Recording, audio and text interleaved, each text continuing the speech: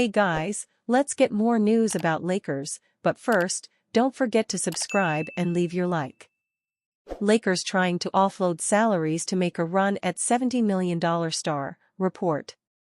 The Los Angeles Lakers are still looking to make another move on top of LeBron James' willingness to take a pay cut to make a competitive offer for five-time NBA All-Star wing Klay Thompson, according to ESPN's Brian Windhorst. James' agent, Cluck Sports CEO Rich Paul, previously told ESPN's Dave McMenamin that the Lakers superstar is willing to take a pay cut for the team to open up their $12.9 million full mid-level exception to add an impact player such as Thompson. He is prioritizing a roster improvement. He's been adamant about exuding all efforts to improve the roster, Paul told ESPN, as McMenamin tweeted on X. But it appears it will not be enough to compete with the Dallas Mavericks, who are looking to pay Thompson more than the full MLE. The Mavericks right now are in a little better position because they have already made a trade involving Tim Hardaway Jr., with trade exception, which could be attractive. The Lakers have a window to do the same thing. We'll see if they're able to do it. But they're both trying to give Klay contracts in the 4-year, $70 million range in a sign and trade, Windhorst said on ESPN's Get Up on July 1.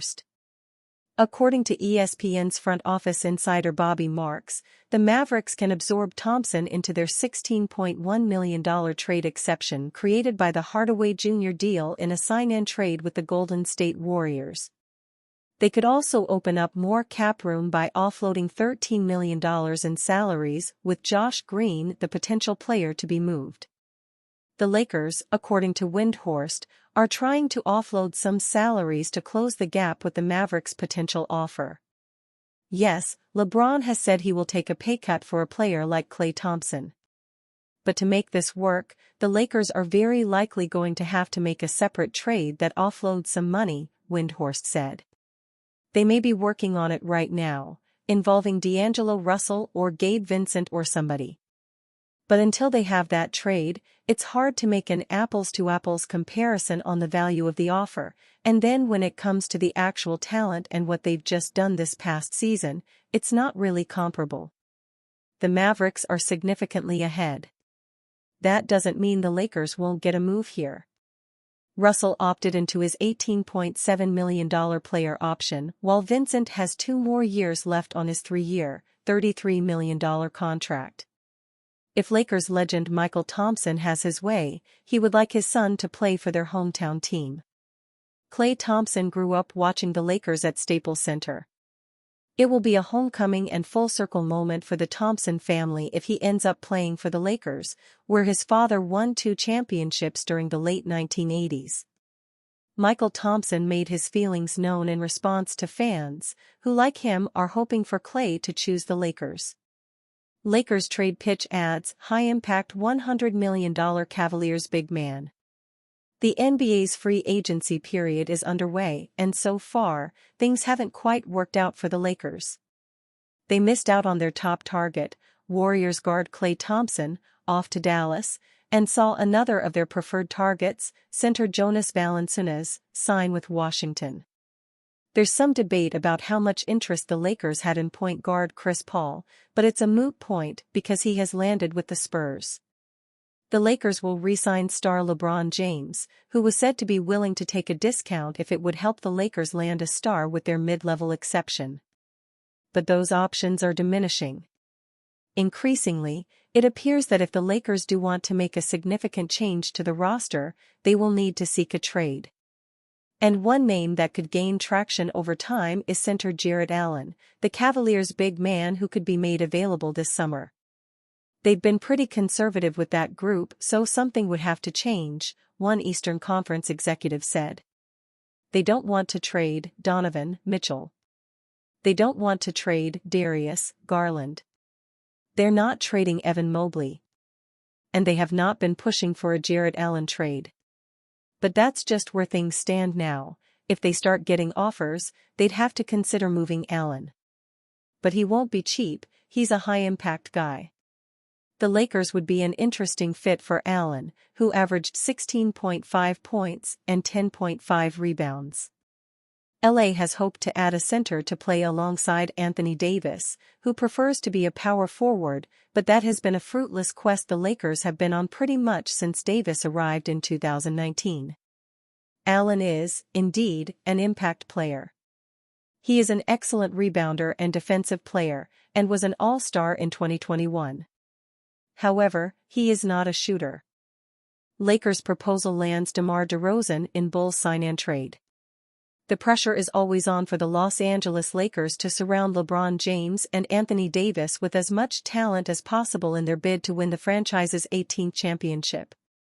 Pursuing quality free agents was supposed to be one of the Lakers' courses of action, with Klay Thompson being the team's primary target.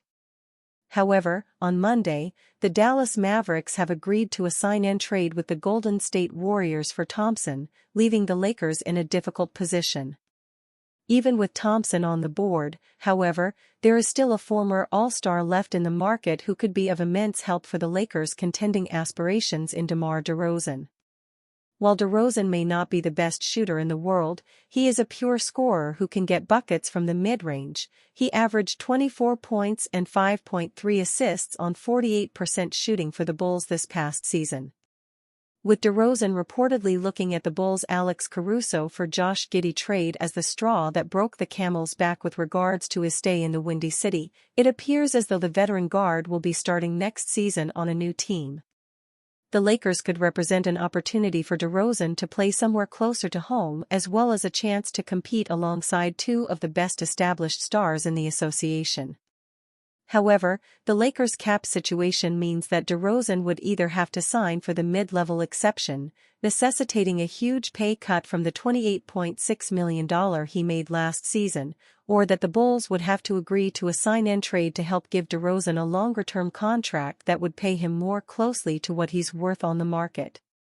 With that said, here should be the Lakers' offer to the Bulls as they look to acquire DeMar DeRozan via a sign-and trade. There remains a bit of uncertainty with regards to the contract LeBron James is going to sign with the Lakers. For the Lakers to be able to pull off a sign-and trade for DeMar DeRozan, they must remain under the first tax apron threshold of $178.13 million. As things stand, the Lakers will blow past that mark if they re-sign James to his maximum deal that's worth around $50 million for next season, which would then make it impossible under the CBA to acquire DeRozan. Using the full non-taxpayer MLE worth around $12.9 million would also require the Lakers to stay underneath that first tax apron. Thus, pulling off a trade is a necessary condition for the Lakers to be legally allowed to bring in DeRozan. While the Lakers will prefer to keep Rui Hachimura, it's not possible for the Lakers to stay under the first tax apron if they decide to keep him while bringing DeRozan in, giving James his max contract, and then filling the 14-man roster minimum. The Lakers have yet to sign rookies Dalton Knecht and Bronny James still, which would further add to the team's cap sheet. Thus, the Lakers will have to deal away Hachimura in this trade since he's making $17 million, while he provides a nice scoring punch on the wing and he could defend bigger players in the post. Trading his salary away provides the path of least resistance. They could decide to trade Vincent and Jared Vanderbilt instead of relinquishing Hachimura, but Hachimura's offense won't be needed as much anyway if the purple and gold were to bring in DeRozan.